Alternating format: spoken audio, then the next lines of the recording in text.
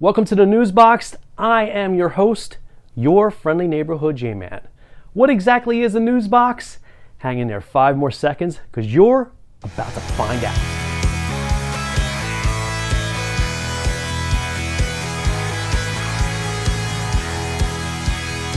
First up, some Age of Ultron news. Director Joss Whedon confirmed that Scarlet Witch's power set has changed for the upcoming movie. While in the comics, Wanda Maximoff's powers allow her to alter probability through hexes, in Age of Ultron her powers have been changed so they're more telekinesis, telepathically based, and attuned to fear. Whatever that means. If history is any kind of indicator, and with Marvel's continual placing of the X group on the back burner, don't be surprised if Witch's power set is also updated to reflect that change in the comics as well. Inhumans, anybody? With filming starting this past week in Vancouver, Deadpool info has become plentiful the last couple of days. From Ryan Reynolds tweeting a pic of the costume which initially I totally ignored, taking it for some kind of joke, to Reynolds himself confirming the 2016 movie's rating, everything lately is coming up Deadpool. In an interview with Mario Lopez on Extra on April 1, Reynolds confirmed that the movie will indeed be rated R. I think it's smart, man, that you guys keep it family friendly. Because yeah, I don't know if I'd go, so far as to say it's, family friendly, but bottom line, Ryan, there may be a billion reasons to make a family friendly movie, as in sequels and toys. And listen, Ryan, if you Fuck you, Slater.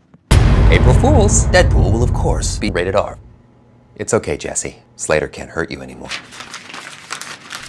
To which millions of fanboys sighed in great relief. Then there's Hot Toys. Fucking Hot Toys. I've said it before, and I will say it again. Hot Toys is killing me. Over the last few weeks, they've been releasing images and opening pre-orders for their super wicked, awesomely awesome Age of Ultron 6-scale figures. They've got Iron Man's Mark XLIII, whatever number that's supposed to be. I don't know how to read Spanish. They've also got a brand new Hawkeye figure coming out.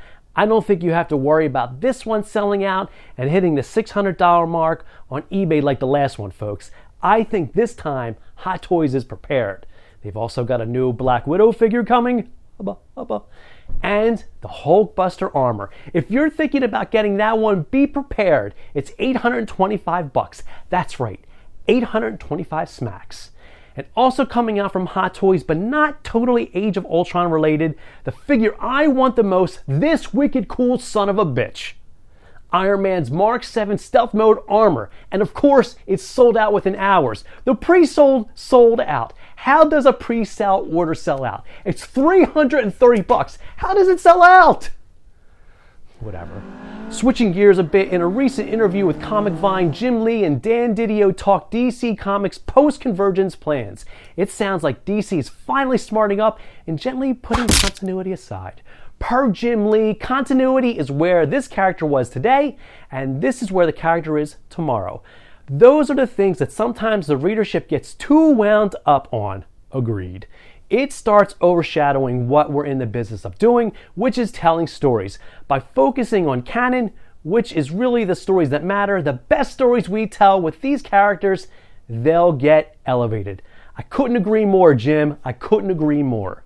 Dan Didio, in the meantime, threw his 2 cents in by saying the main goal was to allow each of these characters to really exist on their own, build their own sense of story, direction, supporting cast, and audience.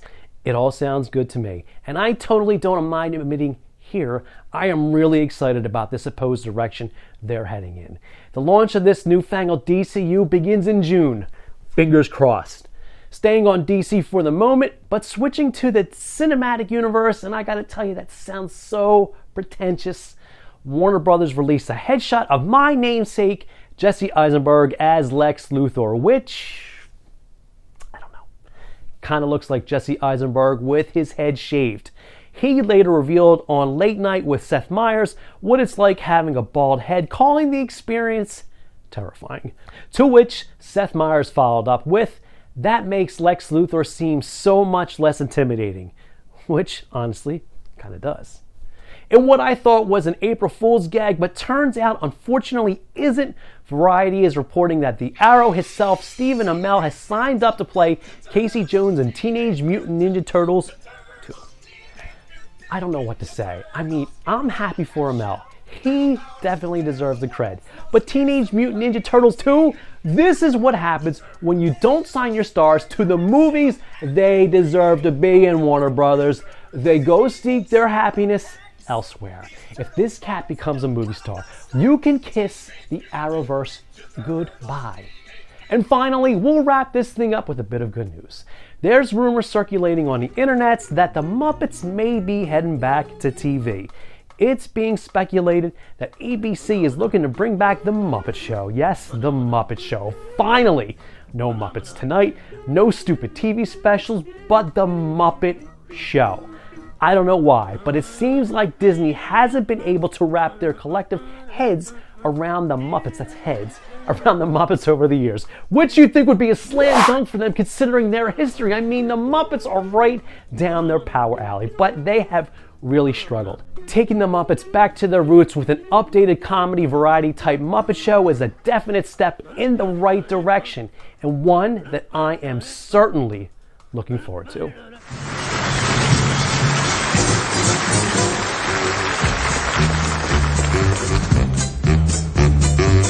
It's time to play the music. It's time to light the light. It's time to meet the Muppets on the Muppet Show tonight. It's time to put on makeup. It's time to dress up right. It's time to raise the curtain on the Muppet Show tonight. The News Box. You give us about 5 minutes and we'll give you a dearth of useless information.